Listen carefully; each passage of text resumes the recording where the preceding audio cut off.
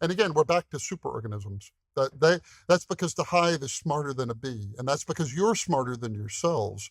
And that's why Agora, this creature, is smarter than us. We didn't gradually evolve into us. Something happened, like a radioactive spider bit a human 50,000 years ago, and suddenly we got technology, we got art, we became us, we got language. We think of language as being about communication, and that's nice that it does that, but really it's about thought. That's how you think in language, and without language, your mental processes are incredibly limited. The rule to remember is that things that increase human productivity are always good for humans.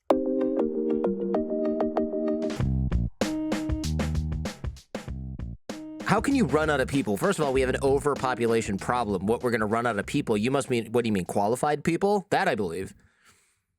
No, when you look at the number of things that technology enables, so there's an infinite number of jobs in the universe. The jobs exist every time somebody can take something and add technology and labor to it and make something else. They've created a job.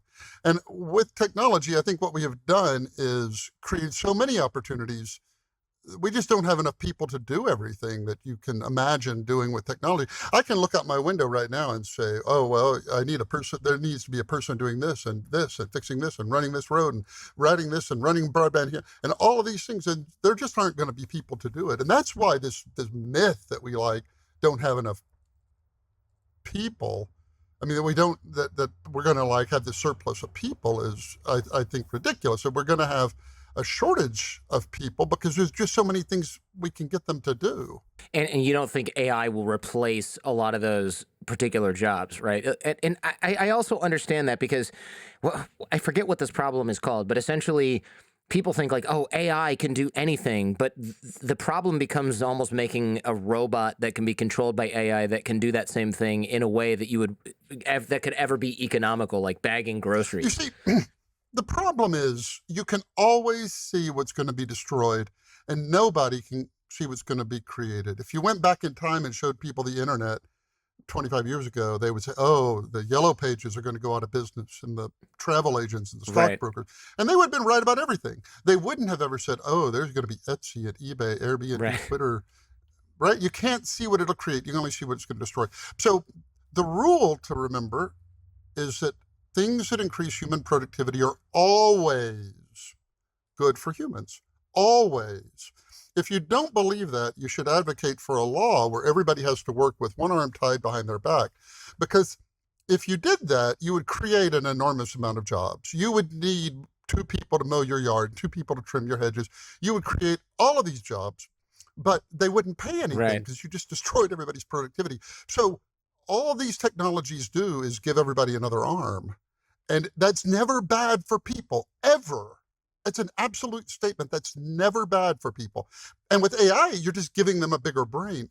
Like, I would say this, if AI can somehow hurt jobs, then you should advocate for like a pill or something we put in the water that lowers everybody's IQ by 10 points. Isn't this, I was just going to say, isn't this a book where, and I can't, it's a famous book, I believe, where somebody there's a chip that goes in your brain that makes you the same IQ as the average IQ of everybody else in the world or in the country. And this is a very famous book. I'm surprised you don't know about it, and I'm also surprised I'm blanking on it. But basically, it makes sure that everybody is the same because that's what's supposed to be fair. So it basically handicaps all the smart people, and the government's like, yeah, this is good because now all the not as smart people aren't at a disadvantage. This is a very famous book. I'm gonna have to Google this because this is exactly what you're talking about right now. Yeah. Well, the thing is that if making everybody smarter is bad, then it stands to reason that a good thing to do would be to make everybody less smart. And that's just ridiculous. So why would making people more intelligent and giving people more tools ever be bad for people? Again, I think it comes back to you can always see what it's going to destroy and you can never see what it's going to create. And if you just stick with the simple idea that things that increase human productivity are good for humans, you can have confidence that even though you can see one side of the equation, what's going to get destroyed, that there's this other side, that there's a reason we didn't have Airbnb and Uber and all of that in 1997. It's like these technologies, when they come out, you can only see them in the context of what you had before. That's why, like radio, TV was like radio with pictures. That's what they thought, and it just takes time for people to figure out. Oh my gosh, we can do this now. Yeah, it's fascinating. You're right. People don't think of what's going to be created. They only think of what's going to be destroyed. And so that creates an inherent bias because it's really obvious that you're not going to need your scheduling assistant or your admin or something like that. And so that everyone's got the fear of God put into them for that. But then it's like, well, wait a minute. We're going to need all these other people who are really good at something that we can't even imagine yet. And you're right, it is like another arm. I was catching up on email this morning because I just got back from Taiwan, and my wife had sent a reply to somebody this morning, and it was this really professional email, which, my wife's intelligent, she's smart, but I was like, wow, she's getting really good at writing email. And I was like, hey, this is a really surprisingly great response to this person. And she's like, oh yeah, Chat GPT. The app she uses the most is not her web browser. It's not social media. It's not any sort of, it's just, she just goes to Chat GPT. She doesn't Google anything anymore. She just asks Chat GPT and it gives her an answer, or it gives her an email, or it gives her ideas on how to name something or create something or respond to something or negotiate something. It's basically an extension of her brain. And she's one of the people that is using this way more than anybody else that I've seen in my own life.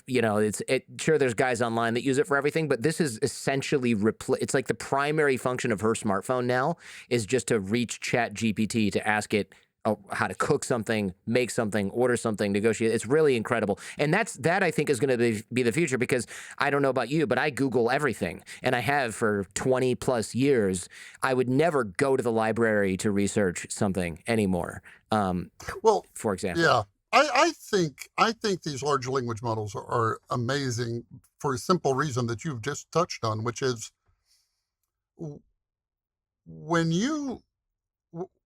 when books came out, we had libraries. It was always hard to find something in the library. They had the card catalog, and it could be in there and you could never find it.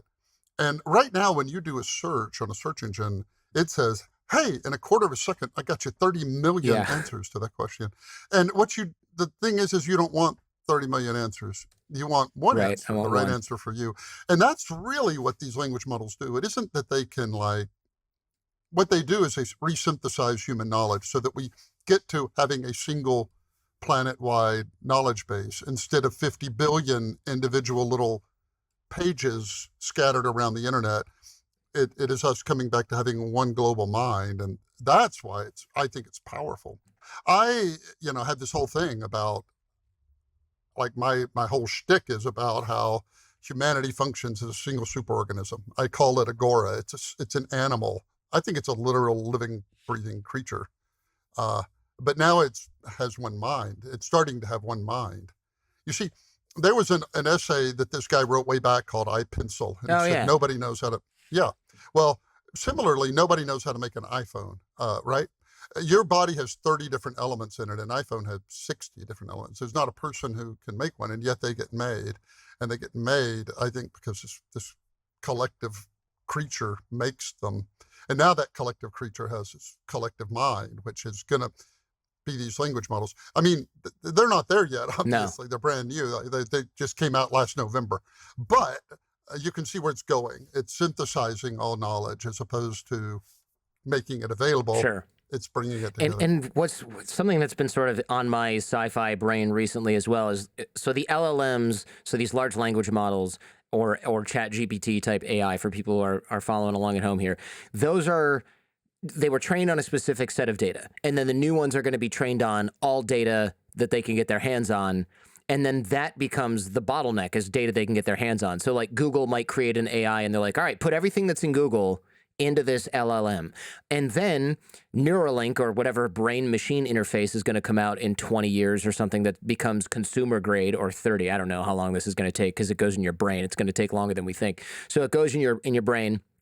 And then it's going to be using all of what Facebook and other social media companies were calling data exhaust. Like, where did you log in from? What device was it? Oh, we're never going to use this. And now they're like, wait, we can target people because we know they're at home on their phone or on their desktop using Wi-Fi. So we know that they have a bigger screen. We can like reformat the ad, or we can be like, hey, are you bored? Do you want to go on a vacation? Because we know they're not on one right now at the grocery store. So that sort of data will then be coming from your brain, and it'll be like, well, what's this person's heart rate right now? Oh, it's pretty high. They're scared. Let's advertise this thing to them that's going to comfort them. And that advertising data or that data exhaust will then go into the LLM. And so AI will get to know you better than you know yourself, because it knows it has biometrics for every human. And then we'll really have a hive mind, right? Because it'll be connected to 1 billion people, or who knows, 5 billion people at the same time. And it will be actually able to create something, whether that's intellectual property or whatever, based on everything that's going on with the majority of humans on Earth at that particular time. I mean, that's like within the realm of our lifetimes possibly going to happen. Yeah. I mean, a lot of people get afraid of that. And I think what will happen is, it's like if I buy a metal detector and I go to the beach, I can swing that thing around and it beep, beep, beep. And I can dig anywhere on the beach I want to. Like, I can dig anywhere. I can say to that metal detector, you're not the boss of me. I'm going to dig where I want to. But I'd be a fool not to dig over the spot it goes beep, beep, beep over, right? Like, at some point, you'll just learn that it's right and that you're better off when you dig where it says beep, beep, beep. And I think this will be the same thing. People talk about this collective mind abstractly. I'll tell a very short, brief story. When I was a kid, I was a Boy Scout, and I was a nerd, surprisingly. Yeah, Boy Scouts being nerds. I don't know. That doesn't jive with my experience as a Boy Scout. And I went to summer camp, and I looked at all the merit badges I could take, and I saw this one, bookkeeping. Oh, and yeah. I was like, oh my gosh, I want to learn bookkeeping. So I show up to the bookkeeping merit badge, and it turns out it's a misprint, and I had actually signed up for beekeeping. Yeah, that sounds right.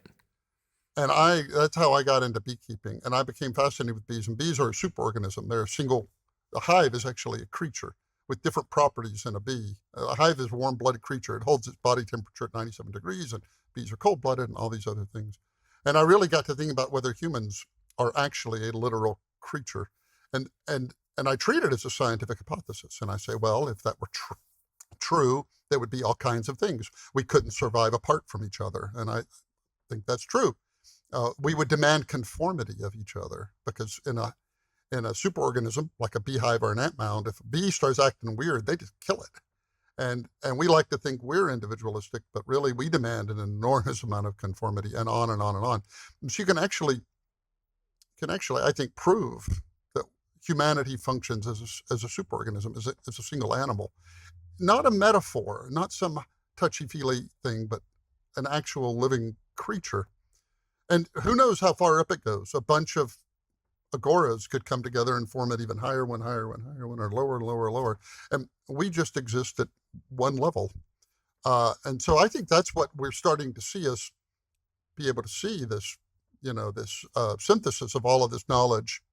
I call it a digital echo, where everything you look at, every beat your heart, every breath you take, everything gets logged passively.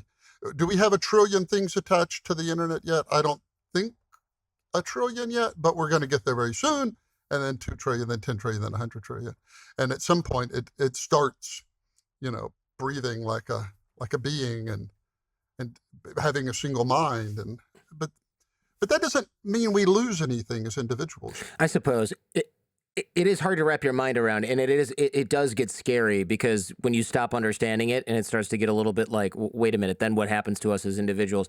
It's easy to say that we don't, nothing happens to us as individuals, but I think a lot of us are afraid of losing our humanity through AI. But I also feel like we should probably bring this conversation down to earth a little bit, because I already decided this conversation is going to be a little all over the place, because you've done so many different interesting things. And usually I read a book, I focus on a topic, but I decided not to with this one. So it's going to be hard to smoothly transition from one thing to another, but I don't know. I don't think people care. Smooth away. Yeah.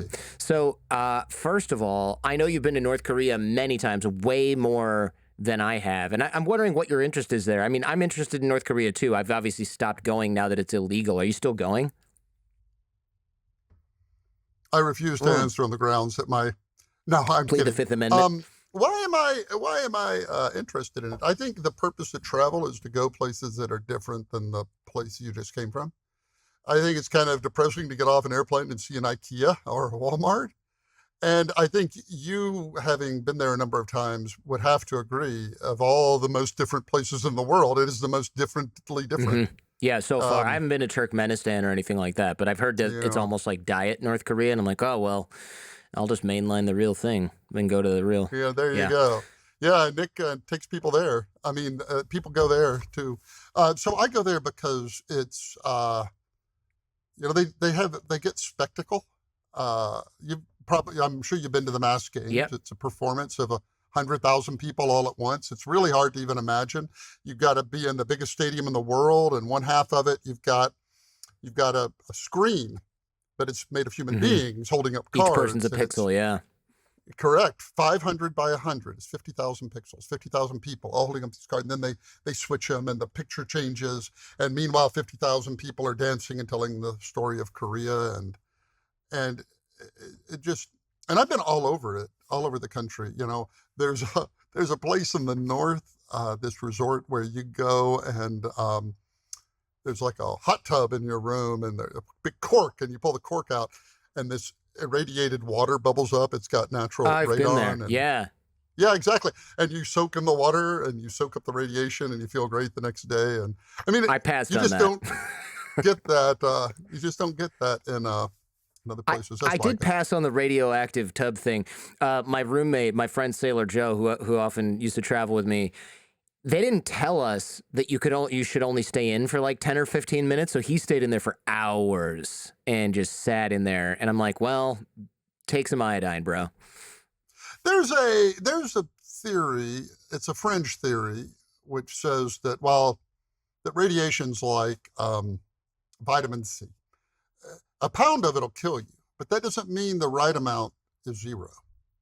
I'm not saying I believe this, but that's the thesis: is that a pound of radiation will kill Mhm. you, but that doesn't mean the right amount is zero. And so they say that a little bit is actually really Yeah, healthy. I mean, look, That's their thesis behind it's it. possible we get radiation from the sun, but too much sun gives you cancer. It's possible that low levels of radiation kill weaker cells that would not be good for you. I don't know. I don't know anything about that. I just know that I'm not really taking health advice from a bus driver in North Korea anytime soon. Although I did some pretty unhealthy stuff there at that same. I think it was that same resort. I they found clams or oysters or whatever they were in the water and then threw gasoline on them and lit the gasoline on fire to cook them, and then we ate them, and I definitely ate a bunch of gasoline flavored oysters and was like, this is probably not good. um and I had a little jaundice the next day, and I thought, that's the liver and kidneys working extra hard. This is probably not a good idea. I shouldn't do that again. And that kind of thing. That kind of thing was disturbing, but also quintessentially North Korea. That's also that same resort. I don't know if you're as nosy as I am, but on the floorboards, I found since we're audio guys, I found a mono audio out jack on the floor, and I was like, oh man, I wish I had a mono adapter and a speaker, because I bet that when you plug something in there, you get the propaganda blasted into your room 24/7. And in the morning, that creepy morning wake up music they play in North Korea at like 6 a.m. or 5 a.m., where all the workers have to wake up and go work. I bet that if you are a local and you stay in one of those rooms, they plug in a speaker for you. But if you're foreign, they take it out. That's what I think that's for. Have you noticed those? No. Mm. Well, next time you will look on the floorboards, and you'll see on All the right. molding those, you'll see like a big old, like, sort of 1970s record player headphone jack, and maybe bring a pair of headphones. They're not going to be suspicious of a pair of headphones and a jack, so you could probably play that and listen. And in fact, I bet you could even ask them to plug the speaker in, and they would be like, all right, weirdo, we'll do that, whatever. Um, On to this hand axe you gave me with the book, which, thanks for that, by the way. It was pretty cool. I'd never seen anything like that. So this is what, a rock that was a tool for pre-humans? Is that what that is? Yeah. So there was a creature called Homo erectus that lived for 80,000 generations, and it had one tool, this hand axe. It looks like a teardrop shaped arrowhead. And the interesting thing about it is they never change. And I'll see why that's interesting. It's really profound that they never change. Um, they haven't changed so much that people can't date them within 1,000,000 years. They say that's between 1 and 2 million years old or something. And the reason it's a big deal is because if everybody had just copied their parents' hand axes, they would have drifted and been different in all different places. Mhm. But they're always the same for 80,000 generations. And that is because they only knew how to make them instinctually. The way a bird will build a nest, and they'll build the same nest generation after generation after generation. And it isn't technology. So people look at that and think it's technology, but it isn't. It's a genetic object that they knew how to build, but they didn't know why. And probably deep down in your DNA, you know how to build that too. And the reason it's profound is that's very unlike us. It only took us 3 generations to get from Kitty Hawk to the moon.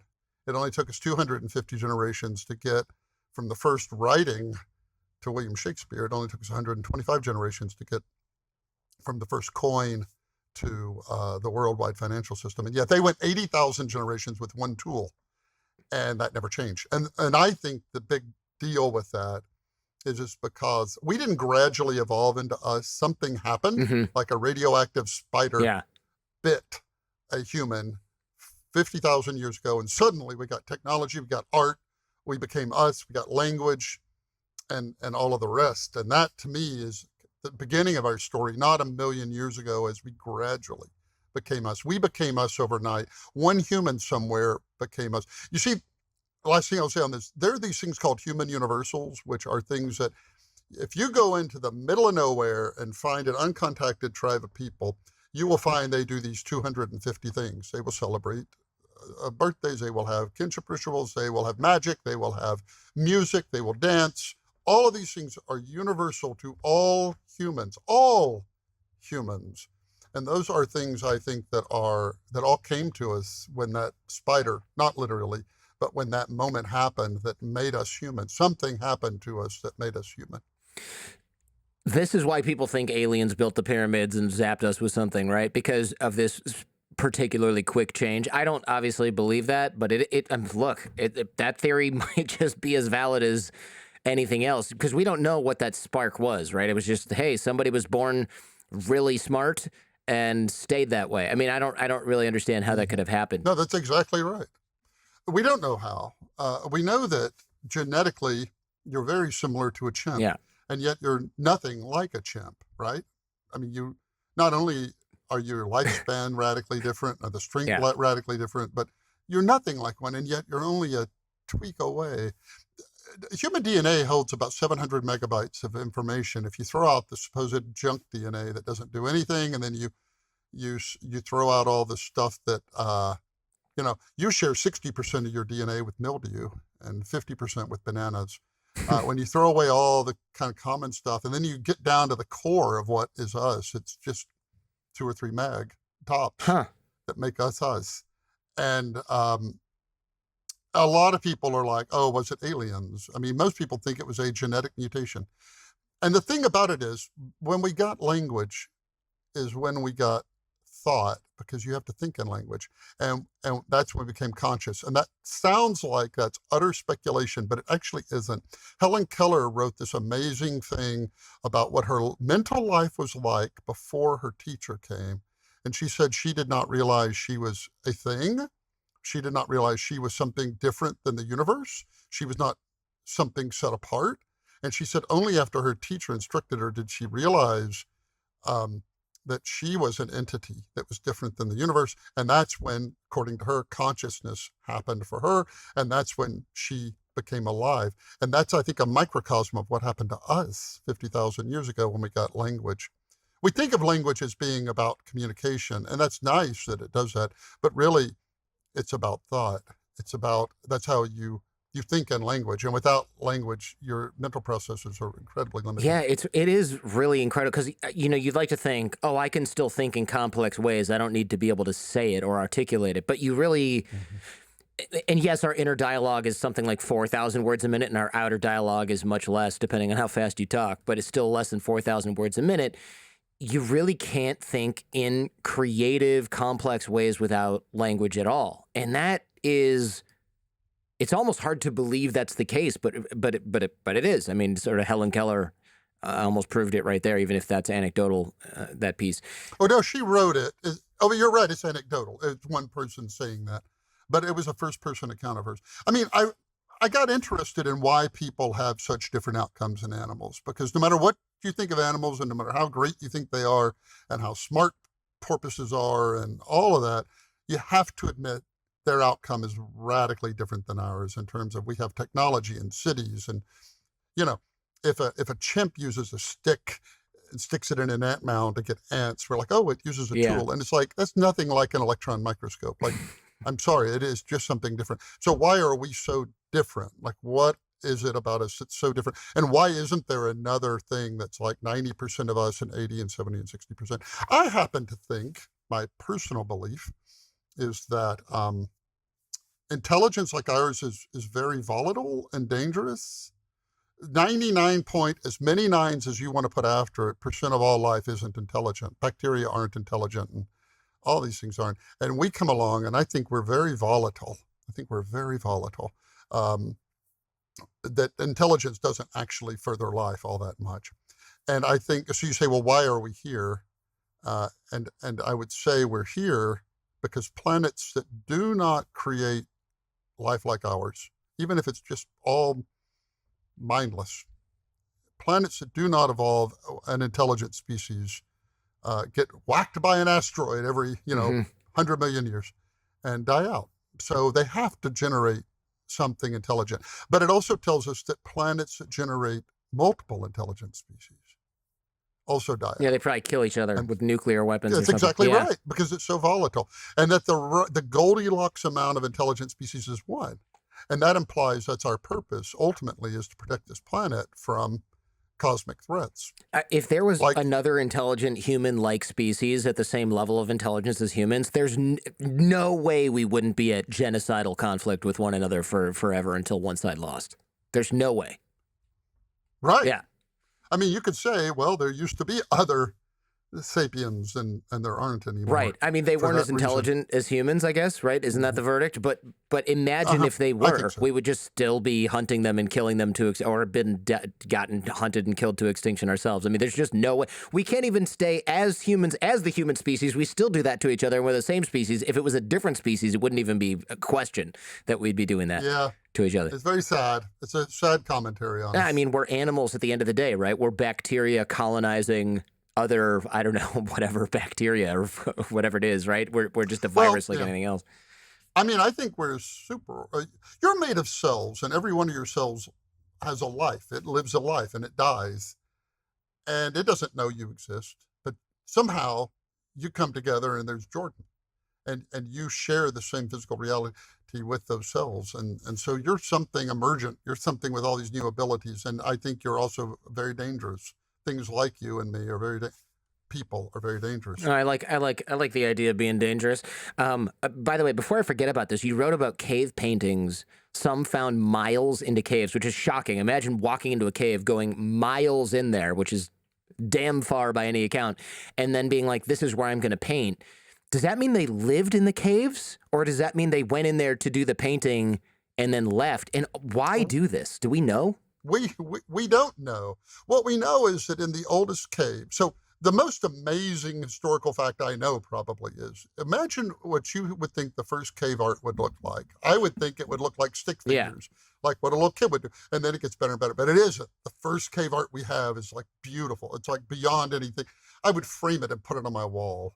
And so that's amazing. Like, that's the first cave art. The second strange thing about it, and I'm coming to that real quickly, is we executed it with technology. And so you can imagine if a cave painter at the very beginning wanted black, they had charcoal in the fire, right? But they didn't want to use charcoal. They used something called hausemite, where you have to heat it to 1700 degrees. Very hard to do in a campfire, but then it's a deep black. And Chauvet in France, one of these caves, the closest source of that is 130 miles away. So they were like, I don't think this charcoal's dark enough. Let's go 130 miles, get this mineral, burn it to 1700 degrees, make pigment out of it, and all of that.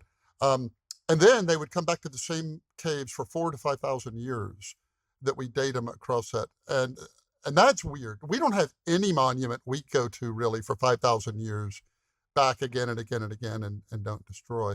I mean, maybe the pyramids, but that's just because they're big and worthless. But no, nobody lived in the caves. We don't see those kinds of remains, and we don't really know why they're there. But they're oftentimes animals are painted with like 8 legs, and the theory is that in flickering light, Oh, it looked like animation.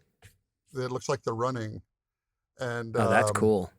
I didn't think about that. Yeah. That's really cool. Yeah. Did you say the pyramids were worthless, or did I misunderstand what you were saying? Or was that just a joke? They're worthless in that they're made out of worthless rocks. Oh, I see. That's I was why like, they're nobody's the hauled them all coolest off. thing I've ever seen. What are you talking about? Absolutely. Yeah. Absolutely. No. I'm just saying that's why they survive. Okay. It's because they're big and. Oh, right. Nobody had to take If they them were made apart. if they were made of gold, Yeah. they wouldn't be That's there. true. That is facts. Yeah.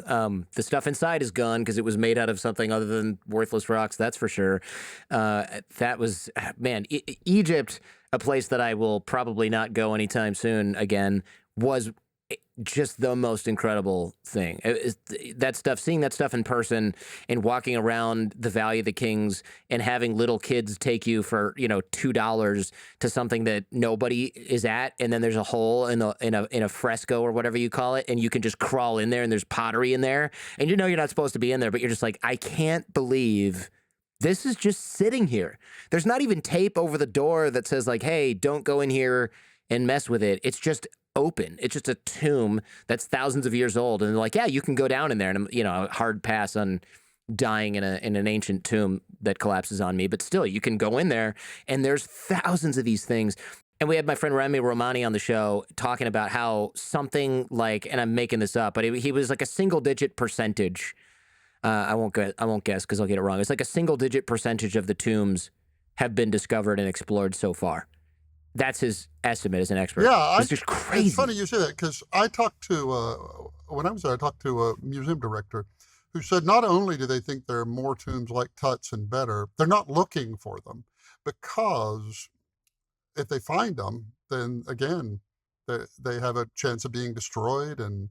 You have to preserve them, and they're perfectly safe. So why not leave them there another 500 years and find them when we have better technology? I think that's a wonderfully long view. It's why the Chinese haven't excavated the first emperor's tomb. They know exactly where it is, and they haven't excavated it for largely the same reason. Thanks for watching on YouTube. Remember, you can also enjoy The Jordan Harbinger Show on Apple Podcasts, Spotify, or wherever you listen to podcasts. Our podcast feed is a treasure trove of insights from intellectuals, authors, spies, artists, athletes, pioneers, engineers, former mafia bosses, and business leaders, all sharing their secrets to success. For more information, click the link in the description. Now, back to the show.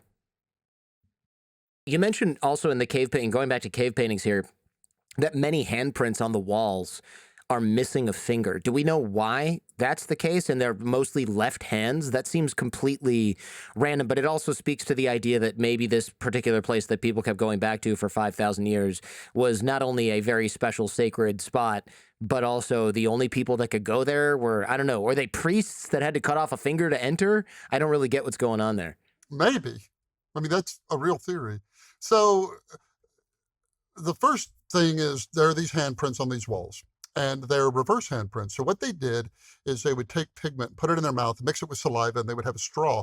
They'd put their hand on the wall, and they would blow that pigment on, and they would make a reverse handprint. Like Thanksgiving turkey type thing. Correct, yeah. Exactly. Finger paints. And the weird thing is we find these on all continents. So they weren't made like in one place and that was caught on. Somehow, I think they're a human universal. For some reason, people made those. And we're really intrigued by the idea that we might be able to pull, because they use saliva to mix it and they blew it, we might be able to pull DNA out of the pigment that's left over from when it was blown. And we'll know exactly who they were. But to your point, most of them are left hands, which indicated right-handed people because they held the thing to... And a surprisingly large number are missing a digit. So the question is, did you just lose digits in the old world prolifically. I because mean, life maybe, was rough. right? Does Not not maybe, impossible. maybe that is maybe possible, but the percent of remains we find that are missing digits is not as high as the percent of ones. So Oh, interesting. people think maybe it is something like ritualistic. I kept trying to figure out, could you bend your finger back in a way? Does it mean something? But nobody knows. There's also a number of symbols that aren't writing, but we don't know what they mean. Are they like gang markings where they have marked that somehow their identity, or do they mean something we haven't deciphered? Oh man, And these were people just like yeah. us. If they were walking down the street, you wouldn't recognize them. I You suppose wouldn't. if we can pull DNA out of the pigment with future technology or whatever, and then we find remains of those exact same people because we could DNA match it, you could see if the remains were missing a finger or if just the handprint was missing a finger, and then you'd know if they were bending their finger or if they had actually chopped it off or lost it. Yeah. That's fascinating. I hadn't thought about that. Man, this is what I'm talking about with the different subjects here. A lot of this stuff is just so fascinating. I was also surprised that the most common form of animal communication is bioluminescence. I really thought it was going to be smell or pheromones or something. I had no idea it was going to be light. Yeah. Who would have thought? My kids just went down in a submarine half a mile under the ocean, and there was a brief point You let where they them do turned all that the after lights off. the Titanic This thing? was different. This was a submarine that had been down 2,700 times. So they were 2,701. Oh Um, man. but there was a point where they turned the light off, and then everything gets dark, and then he flashed it for just an instant, and everything lit up like a starry night. And that just gives you some notion of the untold trillions of creatures that communicate with bioluminescence that live in the ocean. So they flashed the submarine light just for a sec to signal to the creatures, and they all sort of said, "We see you." Exactly. That's insane. That to me is just that is some straight out of Avatar. So I mean, it's Yeah. just crazy to think that there's so billions of different creatures from bacteria to I guess fireflies that use bioluminescence to communicate. It does make sense. It's highly efficient, right? It's probably you can probably detect it over possibly in more efficient ways or quicker than smell or pheromones and through water. Yeah, it's just the whole thing is just mind blowing. And like you said, the dance of the honeybee. My wife was a beekeeper for a while, and she told me something like bees can also speak. Or, I mean, they do a dance and they don't speak. They do something that signals future tense, whereas most humans, most animals besides humans can only speak or communicate in the present. There's no, hey, this happened or this will Yeah. happen. It's all just current, except bees can say something about the future using a dance, which I think is also Yeah, I fascinating. mean, they can do displacement where they can talk about things that aren't there. But the amazing thing, first you have to realize that no bee is smart. Their brain is roughly the size of a grain of Hmm. salt, so they aren't intelligent, and nobody teaches them the dance because a bee only lives 6 weeks. It probably only does the dance for about 2 weeks of its life. So nothing's teaching them how to do it. So they know it. Somehow it's coded in that tiny bit of DNA. That's the information that's encoded, and that's so they don't know what they're doing. They're like a rectus making that thing. They do it, but they don't have any knowledge of what they're doing, and yet it's complex behavior. When they go to find a new home, which they do every year, there's about 20 factors that, like, is it shielded from the rain? Are there ants nearby? Are there other bee colonies nearby? Is the entrance hole this big, but not this big and not this big? All these factors, and they're able to make intelligent decisions, even though none of the bees are intelligent. And again, we're back to superorganisms. Hmm. That's because the hive is smarter than a bee, and that's because you're smarter than yourselves, and that's why Agora, this creature, is smarter than us and lives on a different time scale. You see, a honeybee hive can live 100 years. A bee only lives 6 weeks, and Agora lives thousands of years, and we only live 100. So, you mentioned pheromones, and the difference between pheromones and hormones is generally hormones are internal. You have hormones in your body, but pheromones are external. And so when you think about ants passing each other and releasing pheromones, they too are a single creature, and they're really hormones. They're really hormones that they're releasing because they're inside. If you think in terms of this honeybee, of this ant colony as an animal, they're really hormones. They're just cells in this bigger organism. It isn't I keep saying this, it isn't touchy-feely, it's simple biology. This is just biology. It's testable hypotheses that these are animals. A honeybee hive is an animal that is made up of cells called honeybees. And yeah, I'm fascinated by it. Yeah, the bees are really incredible. It's something that my wife, we only gave them up when we had kids because they do require time that you don't have when you have two babies. Was it you who told me that bees on cocaine talk faster and exaggerate the amount of honey at the source? They do. Because I think that is hilarious, just how much a worker bee and a Wall Street attorney have in common when they're, I mean, like, That's funny. I'm thinking back to my Wall Street days and it's like, bro, there were so many hotties at the club last night. I spent like $25,000. Man, you should have been there. It's like, okay, calm down from whatever you're snorting and, meet me in the conference room. And it's like bees do the same thing. So it's true. See, in the dance, they say how much honey is off in the distance. And on cocaine, they're like, there's a ton of honey there. You got to get over there. Oh my God, there's so much honey. Yeah, like, man. But their algorithm is error correcting. If other bees go there and come back and they're like, not a lot of honey there, it falls apart. And so it's an error correcting algorithm that the superorganism uses to get rid of the coked up bees. Lay off the blow. Don't try. Yeah, when he's high, he says all kinds of stuff. Don't listen to that guy. How do we know that languages have propped up almost at the same time the world over? You wrote about that in the book, but how can we know that kind of thing? Well, on the one hand, we can't. Writing is only 5,000 years old, and language, we think, is 50,000 years old. There's not consensus on that because there's no remains that prove it. But if you accept the hypothesis that we got language when we got art, when we got figural representation, that is, we could carve we could carve a rock to look like a lion, that we got it at the same time we got music, because we can find flutes. If you accept that, then what you find is we got figural representation, we got cave art, and we got musical instruments all on the same day, all at the exact same moment. And if we got them all at the same time, they probably came from the same cause, and we infer that that's language. And the point is that all over the world, all over the populated world, our oldest caves are all roughly the same amount age. So the oldest ones we have are, say, 45,000 years old. The oldest ones in Western Europe are, say, 35,000. The oldest ones in Africa are 40,000. So they're all the same age over to these people that didn't have any contact with each other. And you start finding flutes and cave art and figural things carved all at the same moment. So either something happened that spread really quickly, and it could be 1,000 years. Some human was born with all this stuff, and they had such a survival characteristic ability that they populated the world, and they went out and interbred with everybody else, and it passed down and rippled through, which could have happened. Or something woke up in humanity all at once. It was all latent in all of us, and it just happened. Or we don't know.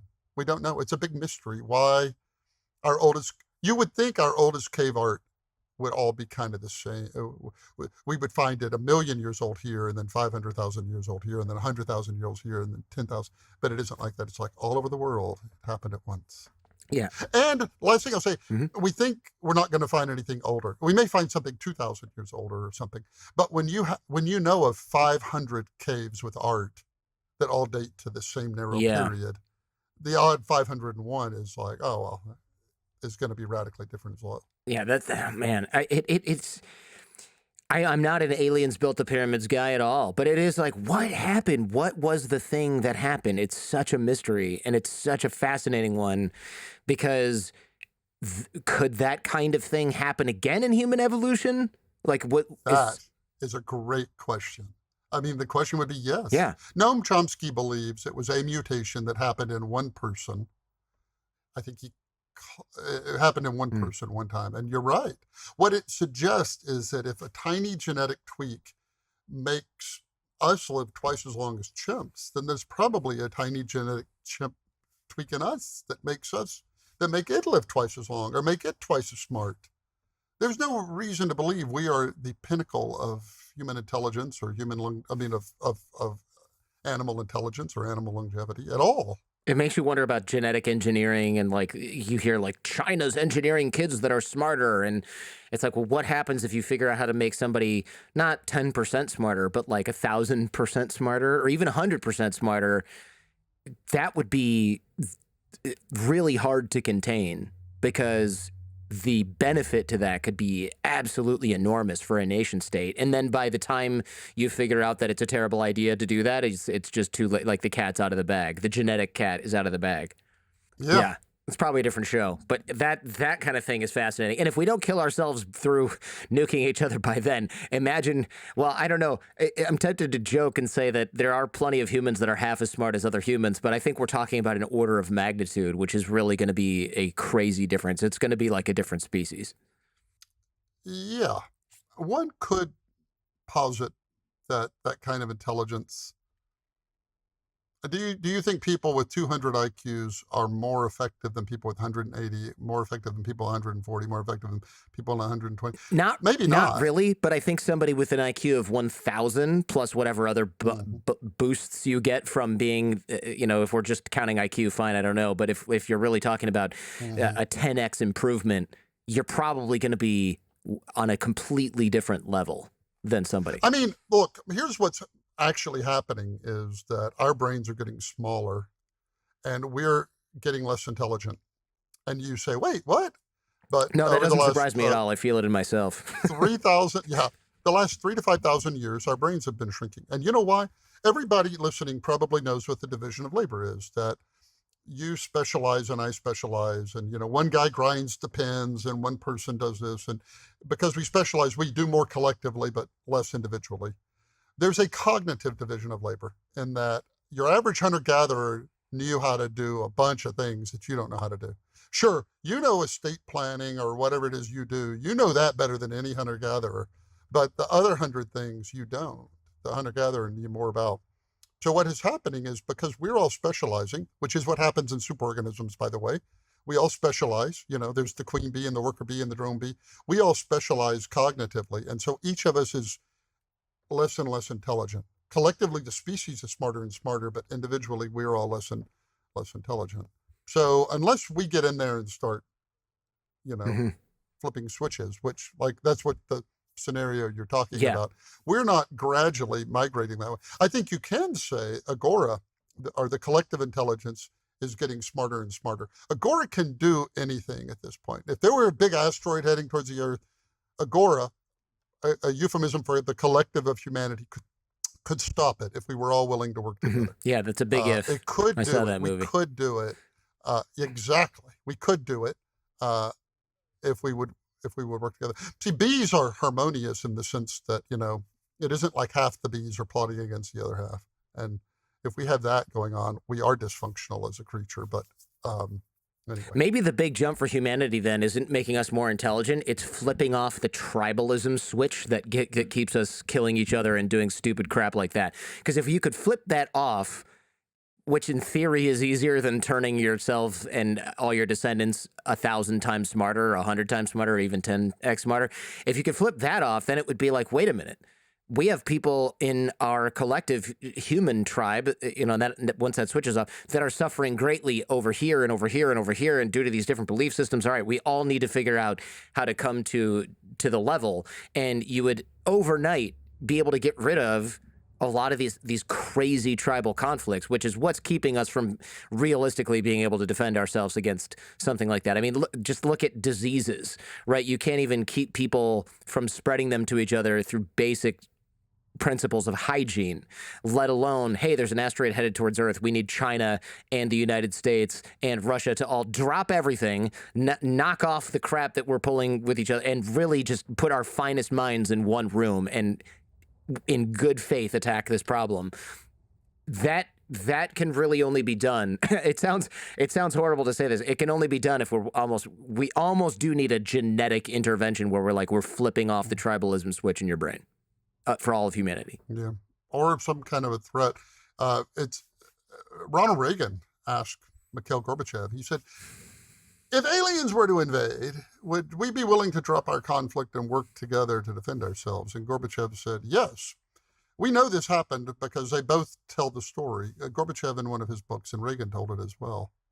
Um, so it's almost like at some level we need a shared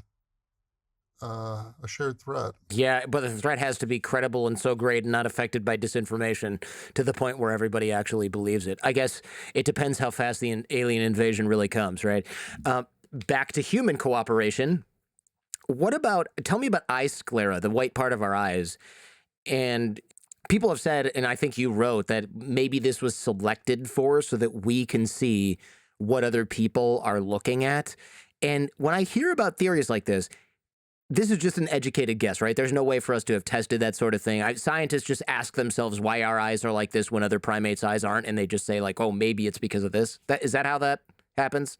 Absolutely. That said, you can tell across the room what somebody's looking at, and that's because of the whites of their eyes. There's only one animal that if you point at something, it will look at that, and that are A dog, dogs. yeah. Yeah, and that's because we bred them for that. We bred them to help us so that, if there were two dogs and one looked at what you were pointing at and the other didn't, you ate the other one like that with dinner.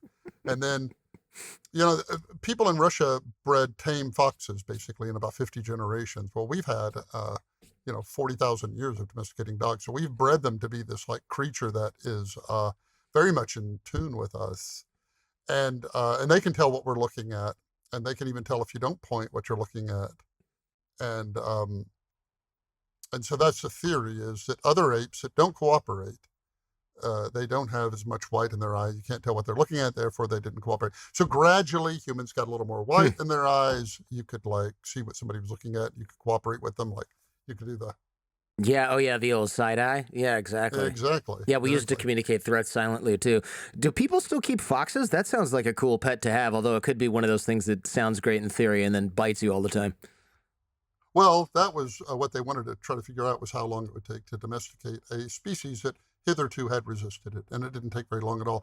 They showed all the other signs of domestication. Their ears began to lay flat, their tails changed, and all these other things that happen in domesticated dogs, and many of which happen in domesticated people. We are essentially self-domesticating. What? I don't want to get on the rabbit hole, but there's a theory that wheat domesticated humans. Wheat wants to propagate, and wheat wants to grow. So wheat's like, oh, I need these people to plant and harvest and weed. And but whatever ended up domesticating us, or we self-domesticated, we show these same Oh, the attributes. rabbit hole is that wheat actively domesticated us, not that human. Not really. I'm kidding. That's because I'm like, that's a little bit out there, man. All right, now I get it. I agree. I was joking with that, but that it is as if we probably self-domesticated, and we show these other signs of domestication. What about when animals like, I'm thinking of Coco and Coco's kitten, right? Was she a gorilla? I can't remember, or an orangutan? I can't remember. But she ate this ape, or wait, hold on. Was Coco a gorilla, the one that had the kitten? Uh-huh. Yeah. So she could speak sign language, right? I don't think so. No. Well, she could sign. Well, what's the difference? I have a whole chapter in a book about this. Yeah. Because first of all, she obviously couldn't speak anything. Right. Okay. But she could sign. Yeah. But she could sign. So you have to start with the fact that all of these creatures we have taught to quote unquote communicate. So all kinds of things communicate. That's easy. A dog communicates by biting you to say it disapproves of communication. But speech is this high bar. And all of these creatures, the first thing you have to understand is there's never been a creature that has ever asked a question. None of these talented apes have ever asked a question. There may be one bird, Alex the parrot, who asked one question one time, maybe. But other than that, we don't know of anything. So they're not interrogative. They can do signs of different words, but that isn't to say that, language is a specific thing. You have to be able to talk about things that aren't there. You have to be able to combine things in new ways together to make new meanings. You can't just have a symbol for banana that you hold it up and when you want a banana, and then you get a banana, and you hold it up, you get a banana. That's just training something that if you do this sign, you get a banana. That isn't like, I shall sign banana, and then I shall sign banana and two, and I will ask for two bananas. Like, there's nothing that does anything like that. So I don't believe they have. Also, oftentimes there's only one person that can read the signs of the creature. Often it's their handler. I'm not saying that they deliberately mislead. I really don't think they do. But they, sometimes they say things like, oh, they'll ask a question, get a nonsensical answer and say, oh, stop joking, stop kidding, come on, give me, when maybe they weren't kidding at all. So I think they're all, we seem to want there to be other animals that communicate, and I just don't, that have language, and I just don't think there are. Oh, I see what you're saying. So since they can only communicate with the handler, basically the handler's filling in blanks that are just enormous gaps in the communication. So if she says, how are you feeling today, Coco? And Coco says nothing and just does a bunch of nonsense, the handler goes, well, I'm going to disregard that because none of that was anything. And then Coco says, I want a banana. And the handler goes, oh, you're telling me that you're hungry. No, that's not really what happened. That's your interpretation of what this sign would mean in this particular context. But the gorilla itself doesn't necessarily have that. The gorilla doesn't say, I had a rough night, I'm really hungry, I didn't eat much for dinner last night, I want a banana. She just said banana. And like the handler's filling in all this stuff. And that's some of the criticism I've read about this too, is it's like, this is just saying banana. That's it. It's not telling you about the day or the evening. It's this very simple stuff. But when it comes through the handler, it turns out it ends up almost exaggerated. And it sounds like you're saying that's because humans in general, we just want to think. Like, I taught this gorilla sign language, and look, it unlocked the mind of this intelligent being that just couldn't speak. And that's not really true. Correct. And again, I'm not saying any of these people are being deceptive. Like, they really believe that about these animals. Here's Noam Chomsky's argument against this, is that if speech is very complicated, it's a complicated mental thing. And the idea that somehow apes could do it, they had this big mental ability, and they just didn't know until a human came along and showed them. He says it would be analogous to humans can really fly. We just don't know it until a bird comes along and shows us, and then we're like, oh my gosh, I can fly. And it's like, no, you don't evolve the ability to fly without gradually learning to fly. And the idea that these animals can have language and they just don't have that somehow they've evolved this enormous mental ability that they could do it, and until we came along and taught them sign, they just didn't, is just not possible. It's just not credible. It's not how evolution works. Chomsky goes so far as to say that if that were true, you have just disproven evolution. Evolution doesn't evolve you some ability to do language, but guess what? Nobody for 1,000 generations ever did. But it persisted and evolved anyway. Chomsky, by the way, for people who don't know, a linguist at Harvard, or formerly a linguist at Harvard, and just very famous in the space, and also very famous for having crazy takes on political topics that I mostly disagree with these days. I don't know. He seems like a cranky guy now. He is a linguist, and as you point out, a political commentator as well. Yeah. He's famous in like 4 different areas, and I'm specifically talking about him as a linguist, where he is, I think a trailblazer. Although, again, not universally. There are plenty of people. He believes humans have an innate ability to do language, and that animals don't. And he has plenty of adherents, but that's by no means a settled question, and I don't want to imply that it is. Whenever I play fairy tales for my kids, my wife and I tend to look at each other and go, what the hell is this? And we Google it. What is the meaning of this? Tell me about fairy tales, because these are, and the concept of stories and communication, where were these created and why are they so weird? And a lot of them are violent and dark, too. They've been redone for YouTube Kids, but if you look at the original one, was it Hansel and Gretel? My wife was playing something, and I was like, I remember it very differently. Didn't they get eaten by the witch? They didn't just escape and run home. They got eaten in the candy house, I thought. And my wife's like, no, that's disgusting. And we looked it up, and sure enough, there's different versions of this. What are these from? What are they for? I don't know. I mean, you're entirely right. Like in the early Snow Whites, the stepsisters would cut their toes off so their feet could fit into the shoe. That's Cinderella, right? I'm sorry, Cinderella. Yeah. Yes, exactly. There's one where, they would have these horrific, Snow White, they killed the evil stepmother by heating up some shoes to red hot metal and making her wear them and dance. And they killed the witch that way? I didn't know that. That's horrible. Yeah, just made her dance to death. Oh my God. I mean, they're just, So linguists can figure out how old these stories are, which is very fascinating. They can look at commonalities in different places, figure out how the language progressed, and they can actually say this originated on this date in this place with some amount of we think, confidence. So our oldest of these fairy tales are much older than we thought. They go back to 5,000 years.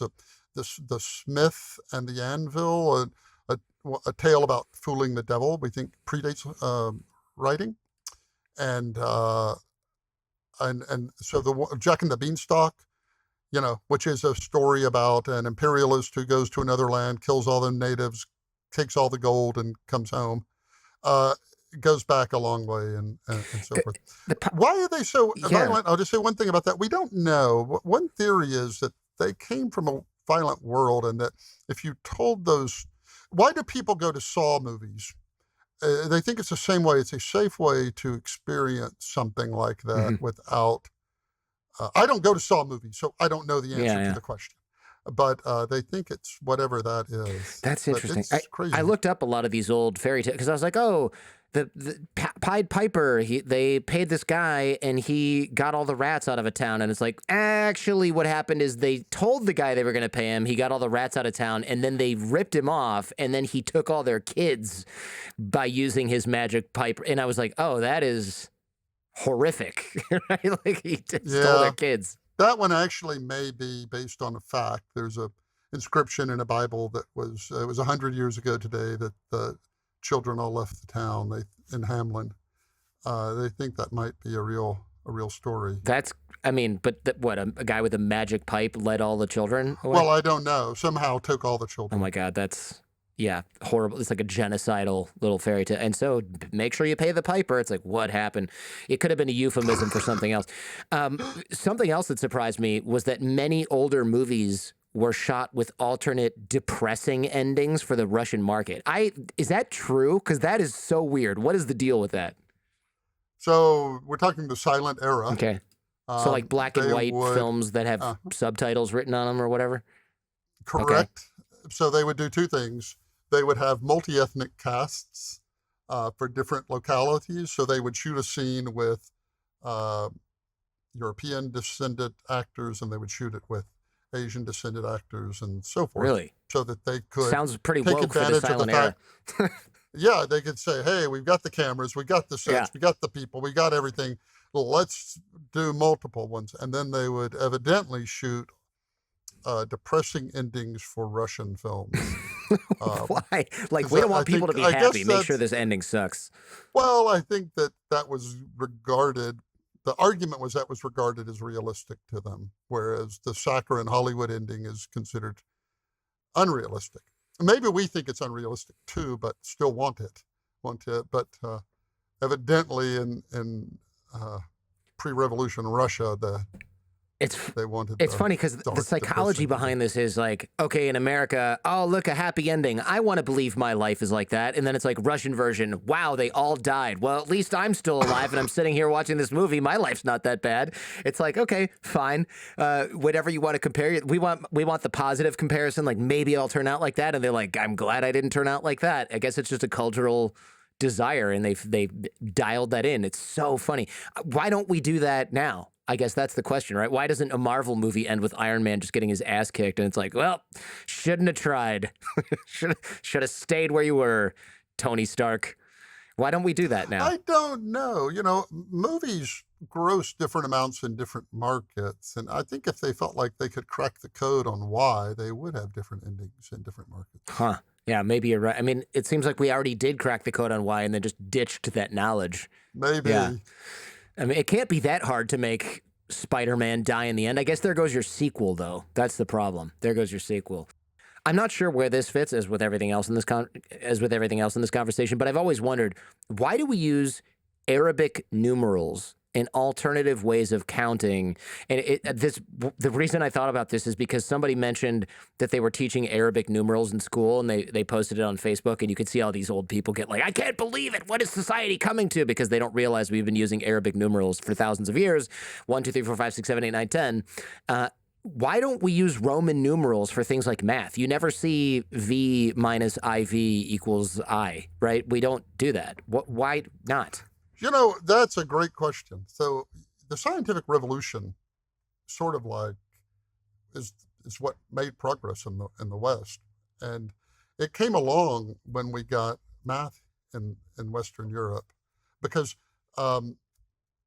you go to the 1600s, you didn't have the plus sign, you didn't have negative numbers. There were all these things we just couldn't do. We didn't have math because you can't do math with Roman numerals. They had workarounds, but you're right. XV II times XI is hard to do. People often hear, okay, well, this was about, the big advance was the invention of zero. And you've probably heard that, but that isn't really a good way to describe it. Everybody knows what nothing is. Like, that wasn't the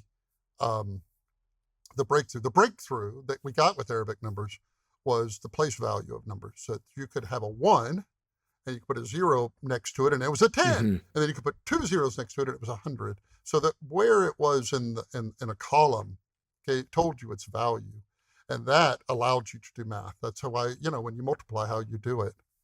I remember Beverly Hillbillies, where Jethro was talking about noughts, zeros. And he said, funny thing about them, noughts by themselves are not much, but when you pack them behind another number, them spell as dynamite or something like that. The idea that so when you had zero, you could have place value numbers, and then you could do complex math, and then you could do science, and then that gave us a scientific method. So they were hard to get people to adopt because counting needed them for double entry bookkeeping, which allowed businesses and corporations and raising money and all of that.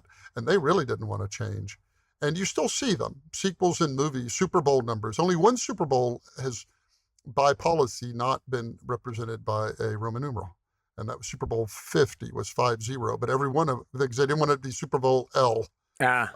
Every other one is done with that. Queen Elizabeth II is never done with the 2 after it.